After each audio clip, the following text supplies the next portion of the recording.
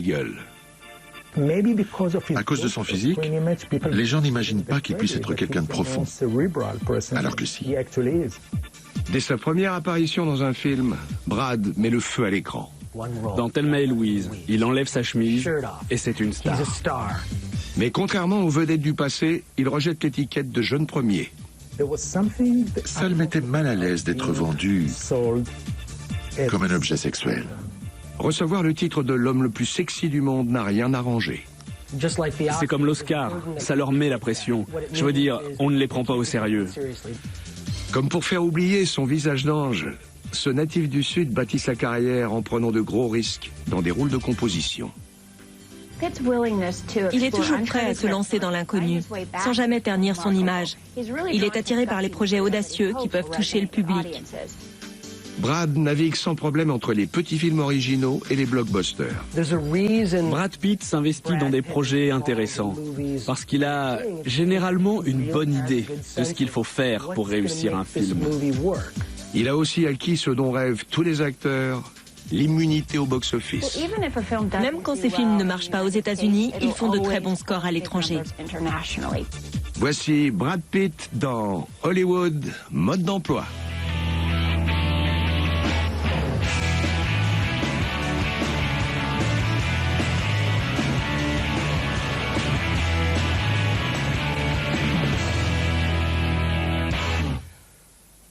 À 22 ans, 2 semaines avant d'obtenir son diplôme de journaliste à l'université du Missouri, Brad Pitt décide de tout quitter pour tenter sa chance à Los Angeles. Il s'est aperçu, après 4 ans d'études, qu'il s'était trompé de voie. Il embarque toutes ses affaires dans sa vieille voiture et avec seulement 325 $ en poche, se lance dans une nouvelle aventure. Brad avait beaucoup de succès à la fac. Il avait même posé pour un calendrier. Son physique le faisait déjà remarquer. C'est peut-être ce qui lui a donné l'assurance pour devenir acteur. L'esprit d'aventure de Brad semble en contradiction avec son éducation traditionnelle. Né en 1963 au sein d'une famille unie, Brad grandit dans le Missouri. C'est un enfant sans problème qui va à l'église tous les dimanches. Mais plus tard, il montre une grande curiosité pour le monde extérieur. La fièvre du samedi soir lui a ouvert les yeux. C'est l'histoire d'un jeune Italo-américain de Brooklyn qui rêve de devenir quelqu'un. Ça a montré à Brad que tout était possible.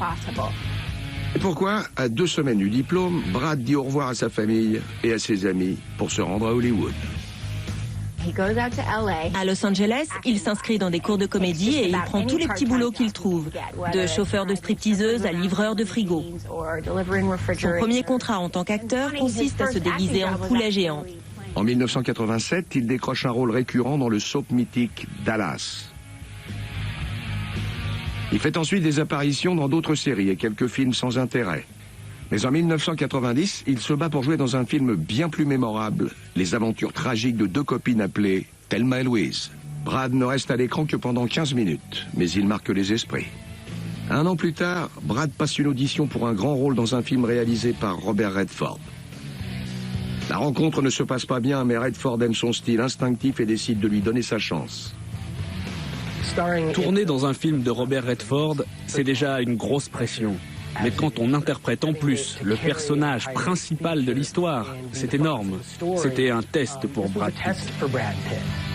Et au milieu coule une rivière et le tremplin que Brad cherchait. Les critiques saluent son talent, mais les producteurs voient avant tout un doublon.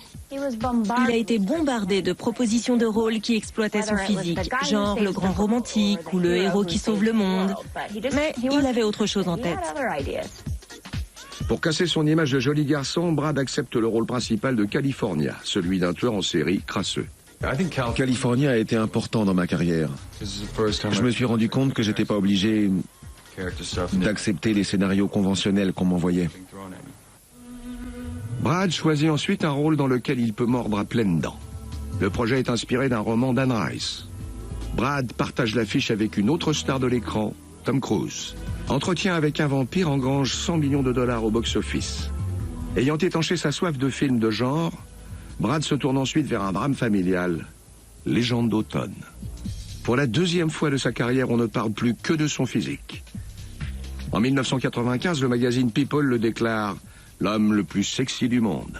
Je me suis réveillé un matin et on m'avait collé cette étiquette. Je sais pas comment c'est arrivé. Je suis sûr que c'est un plan maléfique. Après la couverture de People, Brad a commencé à prendre des rôles qui faisaient fuir les femmes. Si le personnage était moche et sale, ou s'il se faisait casser la figure, il le voulait. Brad cherche non seulement à s'enlaidir, mais aussi à interpréter des personnages complexes. Il refuse un rôle dans Apollo 13 de Ron Howard. Il préfère le projet fou d'un réalisateur connu surtout pour ses clips vidéo. Le film de David Fincher est un thriller terrifiant intitulé Seven. Brad adore le scénario et signe pour un cachet de 4 millions de dollars. Ce que le personnage de Brad vit dans le film est atroce. Je ne connais personne qui ne soit pas ressorti de la salle glacé d'horreur.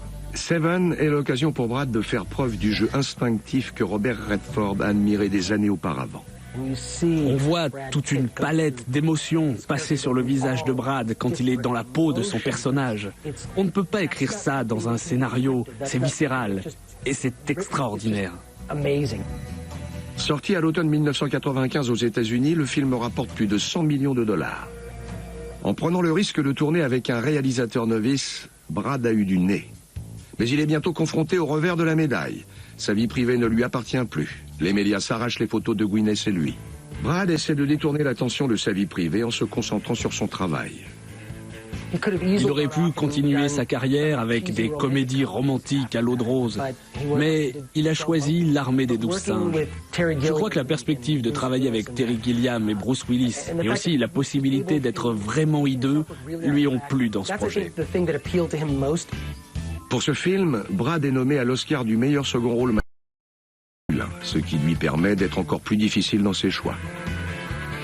Il est bientôt intrigué par l'histoire vraie de l'évasion d'un prisonnier de guerre, Heinrich Harrer. Je crois que tous nos choix nous renvoient à quelque chose de personnel.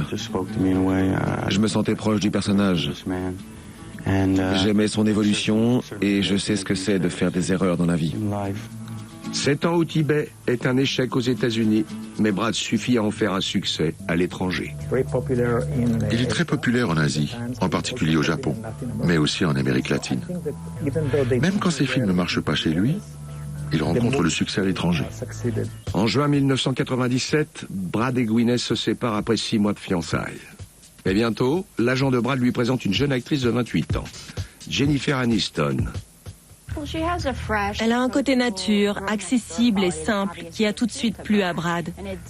Et très vite, ils sont devenus le nouveau couple chouchou d'Hollywood. Brad retrouve ensuite David Fincher pour Fight Club. Pour donner plus de réalisme au rôle de Tyler Durden, il se fait raser la tête et enlever une couronne. Il voulait se salir les mains dans ce film.